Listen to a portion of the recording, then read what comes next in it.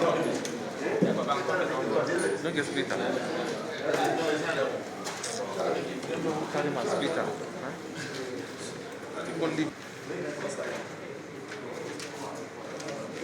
Apology of the Commission. I was out of the country. We have a network of chairmen of electoral commissions in West Africa, and we hold our general assembly once every 2 years. The last one was hosted by Nigeria. This time around, the EC Ghana hosted it. So I couldn't be here personally when we were last invited. Let me also thank the committee and by extension the Senate for all the proactive measures taken, including some of the provisions in the draft amendment, in the amendment bill awaiting assent, particularly Section 3 of the bill, which you have strengthened on the INEC fund to grant greater financial autonomy for the Commission. What is the independence of INEC when it has no financial independence? I also want to thank you for the provision in the bill for ensuring that funds are released to the Commission at least a year to the election. This is really very, very useful. And the fact that this committee suspended consideration of the budget in order to hear from the Commission has excited us a lot. And we are most grateful indeed, Chairman and distinguished senators. The Commission made a submission to the Executive. We are an executive body, so we submit our proposals to the National Assembly through the Executive. And we made a submission for the sum of 305 billion for the 2023 general elections. It's a very comprehensive 22-page document with 260 budget lines. And I have the document here.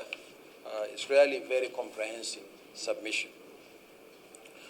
Now, in submitting the executive proposal to the National Assembly, the sum of 140 billion was made available to INEC as a one-line item in the budget.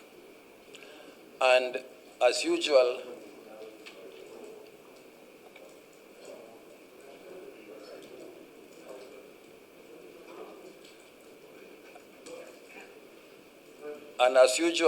we broke it down and submitted same to the committees that oversight INEC in both the House and the Senate. I trust they must have submitted this in turn to the Appropriations Committee. The 140 billion was broken into two. We take it that the 40 billion is our regular budget as an agency of government, and the 100 billion was the first tranche towards the 2023 general elections. And we have gone ahead to make provisions accordingly. Mr. Chairman, for the 40 billion regular budget, included in that are also elections that we are supposed to conduct, particularly off-season elections.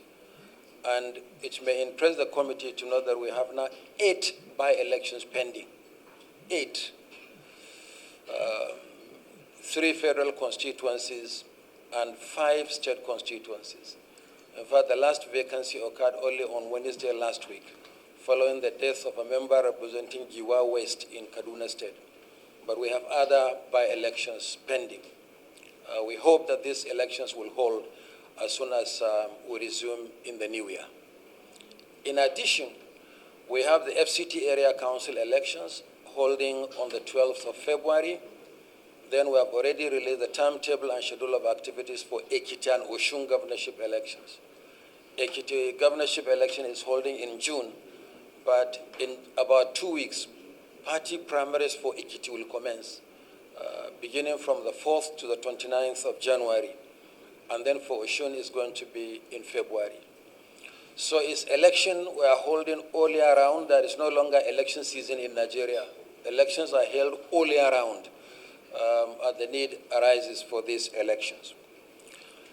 But for the 2023 general election, as I said, we made a submission on the basis of the 100 billion as one line item, plus the 40 billion for regular budget in the 2022 appropriation bill. And then there is the outstanding 205. What we have done is to look at activities that we need to conduct before the general election. There are activities that must be concluded. For instance, if we are going to replace some of the critical facilities like ballot boxes or voting cubicles, this must be done before the election.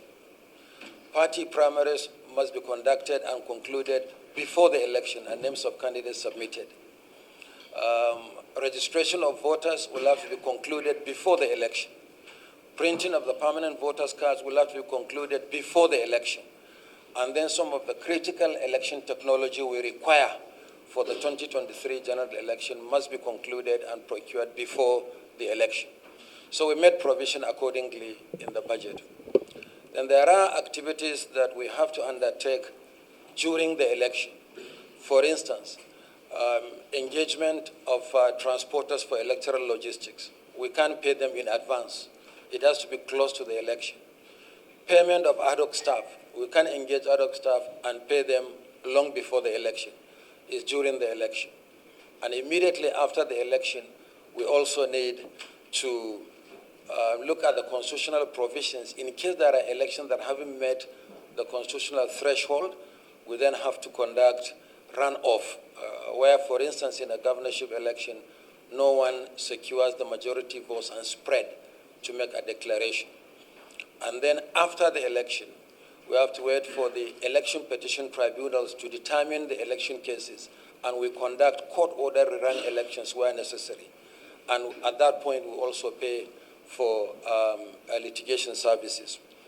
So 100 billion has been made available. I'm unsure that the 100 billion will be adequate for all the pre-election activities. So this is one area we're appealing to the committee to look at. And then some other expenditure can come after the election, because even if you give us all the money now, we can't actually spend all the money before the elections. So maybe, distinguished chairman, distinguished senators, I should stop here, but I will be very happy to respond to any questions that you may have. Thank you, chairman. Thank you, senators.